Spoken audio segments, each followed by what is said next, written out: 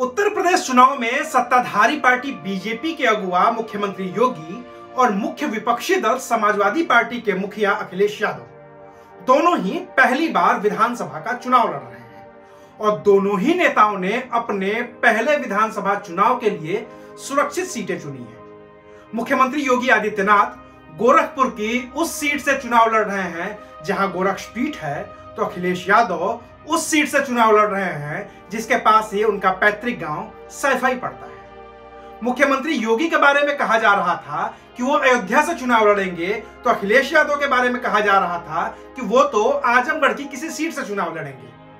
अब अखिलेश यादव आजमगढ़ छोड़कर करहल क्यों आए हैं, इसके बारे में तो अभी कुछ आधिकारिक तौर पर किसी ने नहीं कहा है, लेकिन मुख्यमंत्री योगी के अयोध्या छोड़कर गोरखपुर जाने की बात पर अयोध्या में रामलला के मुख्य पुजारी का जो बयान आया है वो बीजेपी के लिए परेशान करने वाला है। नमस्कार, मैं हूं अविनाश और आप देख रहे हैं अनकट। अयोध्या में रामलला के मुख्य पुजारी हैं आचार्य सत्येंद्र दास।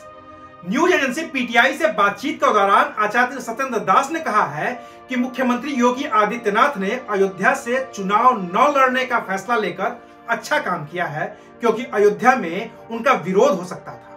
आचार्य सत्येंद्र दास का कहना था कि मंदिर के निर्माण और अयोध्या के सुंदरीकरण के दौरान जिन लोगों के घर टूटे हैं, दुकानें टूटी हैं और जिनकी जमीन का अधिग्रहण किया गया है वो नाराज है और एक बड़े वर्ग की नाराजगी चुनाव के दौरान मुख्यमंत्री योगी को भारी पड़ सकती है। हालांकि आचार्य सत्येंद्र दास ने यह भी कहा है कि योगी आदित्यनाथ अयोध्या से भी चुनाव लड़ते तो जीत ही जाते, लेकिन फिर भी उन्हें यहां विरोध का सामना जरूर करना पड़ता।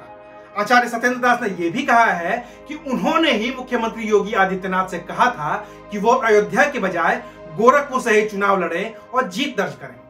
आचार्य सत्येंद्र दास की यह बात सच भी लगती है, क्योंकि जब मैं भी पिछले दिनों अयोध्या में था और वहां हनुमानगढ़ी मंदिर के पास के कई दुकानदारों से बात की थी, तो उन्होंने भी सरकार पर सवाल उठाए थे और कहा था कि सरकार उनकी रोजी रोटी छीन रही है।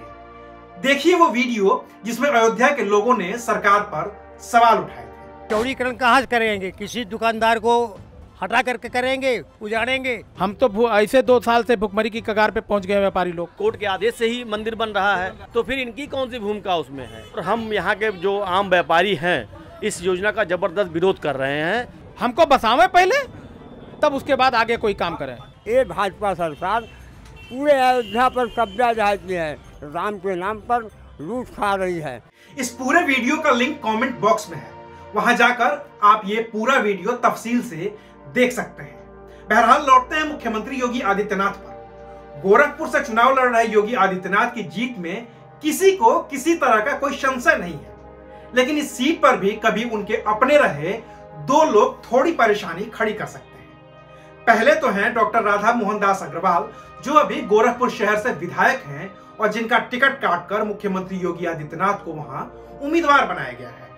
राधा मोहन दास अग्रवाल कभी मुख्यमंत्री योगी के इतने करीबी थे कि उनके लिए सीएम योगी ने साल 2002 के विधानसभा चुनाव में बीजेपी तक से बगावत कर दी थी। उस चुनाव में बीजेपी के उम्मीदवार शिव प्रताप शुक्ला थे, लेकिन तब गोरखपुर के सांसद रहे योगी आदित्यनाथ ने हिंदू महासभा के उम्मीदवार राधा मोहन दास अग्रवाल का खुले तौर पर समर्थन किया था और राधा मोहन दास अग्रवाल को जीत भी मिली थी। 2007 में राधा मोहन दास अग्रवाल भारतीय जनता पार्टी में शामिल हो गए और तब से वो लगातार गोरखपुर शहर से विधायक बनते आ रहे हैं, लेकिन अब उनका टिकट काट दिया गया है। वहीं सीएम योगी के लिए दूसरी चुनौती बन रहे हैं सुनील सिंह।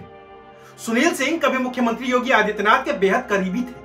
जब योगी आदित्यनाथ ने साल 2002 में हिंदू युवा वाहिनी बनाई थी, तो सुनील सिंह उस संगठन के संस्थापक सदस्यों में से एक थे जो इस संगठन के प्रांतीय अध्यक्ष तक बने। बाद में 2019 के लोकसभा चुनाव के दौरान सुनील सिंह का मुख्यमंत्री योगी से टिकट को लेकर मतभेद इतना बढ़ गया कि सुनील सिंह ने साइकिल का दामन थाम लिया और अब वो अखिलेश यादव के साथ नजर आ रहे हैं, जो कह रहे हैं कि वो गोरखपुर में मुख्यमंत्री योगी के चुनाव को उनके जीवन का सबसे मुश्किल चुनाव बना देंगे। बाकी तो भीम आर्मी के चंद्रशेखर भी सीएम योगी के खिलाफ ताल ठोक ही चुके हैं और खुद उसी सीट से चुनाव लड़ने उतर गए हैं जहां से मुख्यमंत्री योगी प्रत्याशी हैं। ऐसे में गोरखपुर का चुनाव भी अब दिलचस्प हो गया है।